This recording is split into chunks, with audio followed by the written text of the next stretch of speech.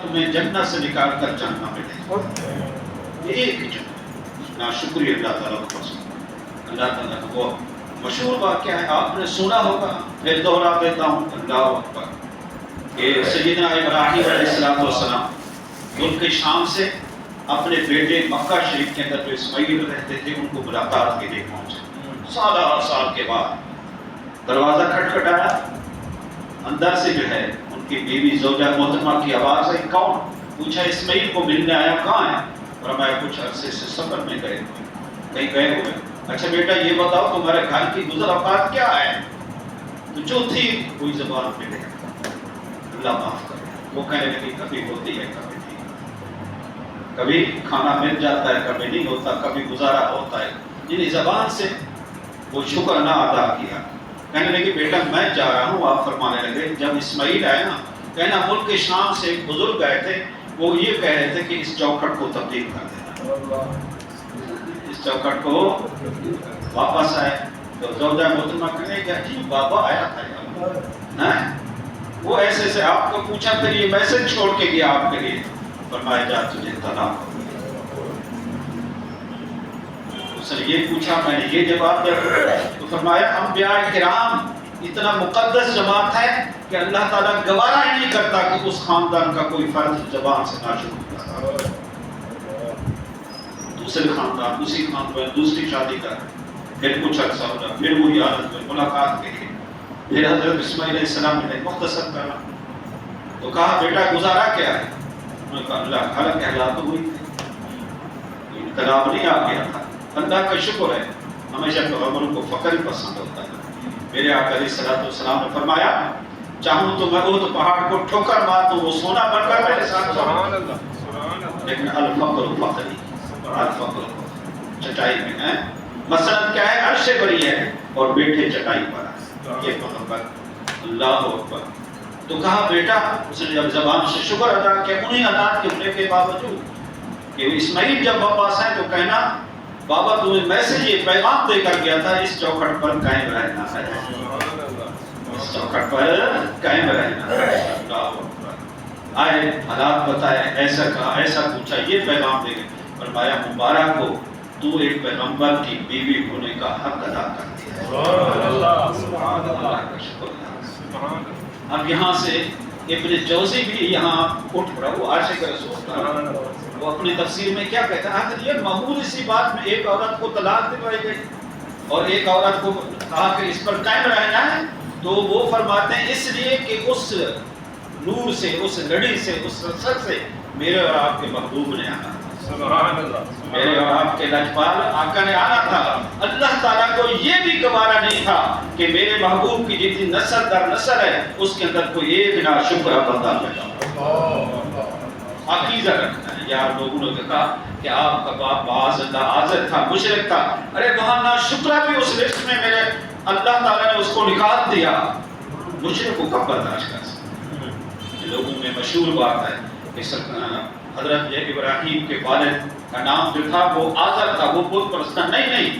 یاد رکھیں اس کا نام تھا طارق اس کا نام کیا تھا طارق وہ بت پرست نہیں تھے وہ موحد تھے اب یہی اسی روایت سے دیکھ لیں کہ ایک معمولی سا سمجھو غلطی تھی کہ اس عورت نے ناشکری کی میرے اللہ کو اپنے محبوب کی نسل میں یہ ناشکر بن بھی پسند نہیں بے عیب اللہ اس کو کہتے ہیں زبان سے شکوہ نہیں کرنا اب رہا تیسرا طریقہ کیا ہے کہ جو نعمتیں ہوئی جو ہے جنید بغدادی والی بات ہے کہ جو نعمتیں انسان کو ملی جو نعمتیں ملی ان نعمتوں کو استعمال کرتے ہوئے اللہ کی نافرمانی نہ کریں ہمیشہ اس نعمتوں کو اللہ کی فرما برداری کے اندر گزاریں مثال کے طور پر اللہ نے شخص کو جو ہے الحمدللہ اس پر اتنا کرم نوازی کی کہ رزق بے شمار عطا کیا یا جتنا بھی رزق عطا کیا اب اسے چاہیے وہ رزق جو اللہ اور اس کے رسول کا حکم ہے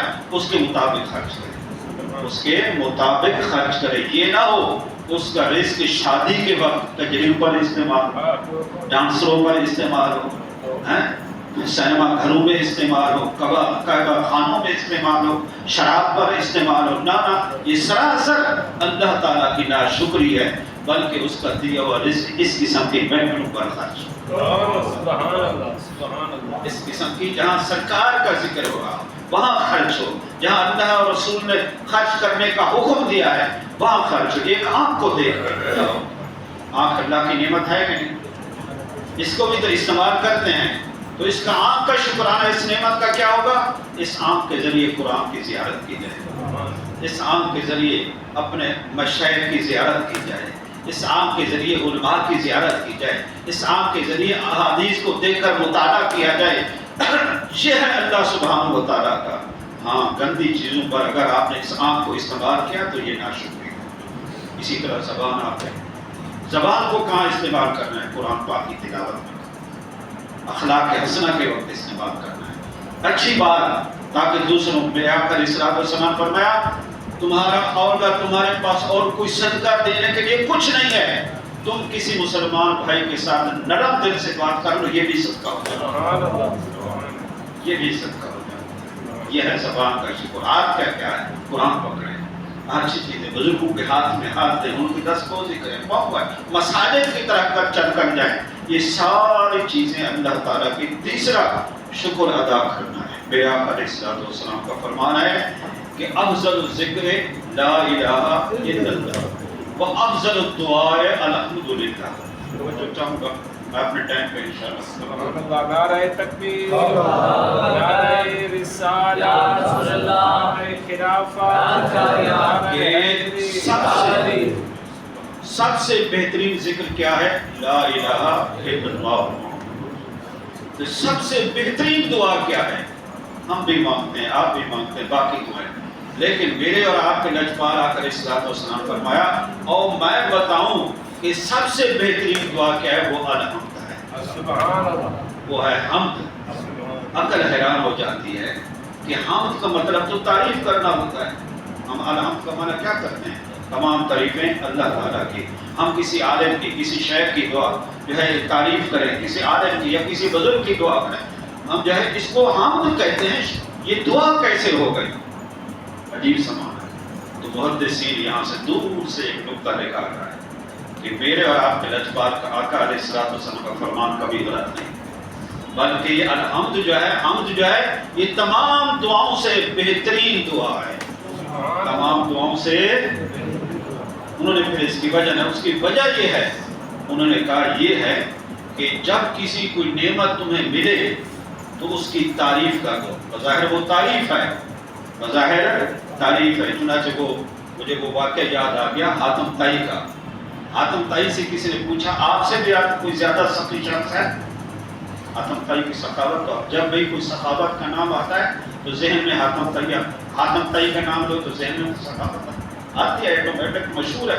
اس کی سخاوت اتنی مشہور تھے، 4 دروازے تھے اس کے کمرے کے، اگر ایک مانگنے والا ایک دروازے سے آیا ہے اس کو دیکھ لیا، کوئی شخص دوسرے سے آیا نہ نہیں کی، تیسرے سے آیا نہ نہیں کی، چوتھے سے آیا نہ نہیں کی، اس کو کہتے ہیں سخاوت۔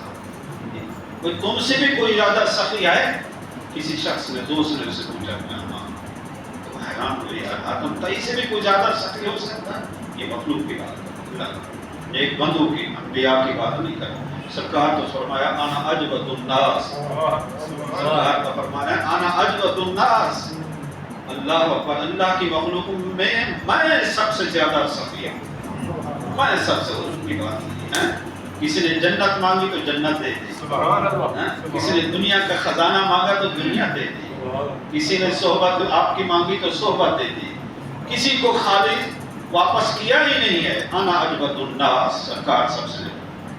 تو حاتم طائی کہنے لگا ہاں مجھ سے زیادہ سے کون ہے؟ میں کہ عرب کے صحرا کے اندر ایک عربی بدو ہے، وہ مجھ سے زیادہ سخی ہے، وہ مجھ سے، اب توجہ چاہوں گا، وہ مجھ سے زیادہ سخی۔ انہوں نے کہا اس کی تفصیل بتاؤ۔ انہوں نے کہا میں ایک دفعہ جب کو صحرا کے اندر سفر کر رہا تھا تو مجھ سے زیادہ سفر ختم ہو گیا، میری سواری بھی تھک گئی، پانی نوشا سب توشا سب ختم ہو گیا۔ میں نے دور دیکھا ایک جگہ سے دھواں اٹھ رہا ہے، یاد رہے کہ دھواں جہاں سے اٹھتا ہے وہ اس زندگی کی ایک علامت ہوتی ہے کہ وہاں زندگی موجود ہے، وہاں کوئی نعمت موجود ہے، کھانا پکایا جا رہا ہے۔ چنانچہ کہتا ہے میں بڑی مشکل اس جگہ پہنچا تو دیکھا ایک خیمے کو ایک بستی آئی، تو سردار ہے ان کا، میں اس کے پاس پہنچا کہ میں یہاں رہنا چاہتا ہوں. انہوں نے کہا اللہ کی زمین ہے، تو بھی اللہ کا بندہ، ہم بھی اللہ کا بندہ ہے، خیمہ ہے تو لگا دو. میں نے اپنا خیمہ لگا دیا. ظاہر میں ان کا مہمان تھا، تو شام کے وقت میرے پاس بہترین کھانا لائے، گوشت بھی تھا اور اس میں کلیجی بھی تھی. جب میں نے کھا لیا تو ان کا خادم آیا تو پوچھا بھی کھانا کھایا ہے کیسا تھا؟ انہوں نے کہا سب بہترین کھانا تھا. تعریف ہے نا، کھانے کی تعریف ہو رہی ہے. بہترین کھانا تھا، اور خاص کر جو اس میں کلیجی تھی نا، وہ تو سب سے بہترین تھی، وہ تو سب سے بہترین تھی. لیکن تھوڑی دیر گزری، پھر پورا ایک اور تھال لے آئے جس میں کلیجی ہی کلیجی تھی، جس میں کلیجی ہی کلیجی تھی. وہ بھی میں نے کھا لیا. اب جب وہ برتن لینے آیا پھر پوچھا کہ کلیجی کیسے تھی؟ اللہ اکبر، میں چپ ہو گیا. میں نے کہا اگر تعریف کرتا ہوں تو یہ تو اور لے آئیں گے، اگر نہیں کرتا تو پھر یہ جھوٹ ثابت ہو، میرے لیے مسئلہ بن گیا. لہٰذا میں نے کہا بہت اچھی تھی.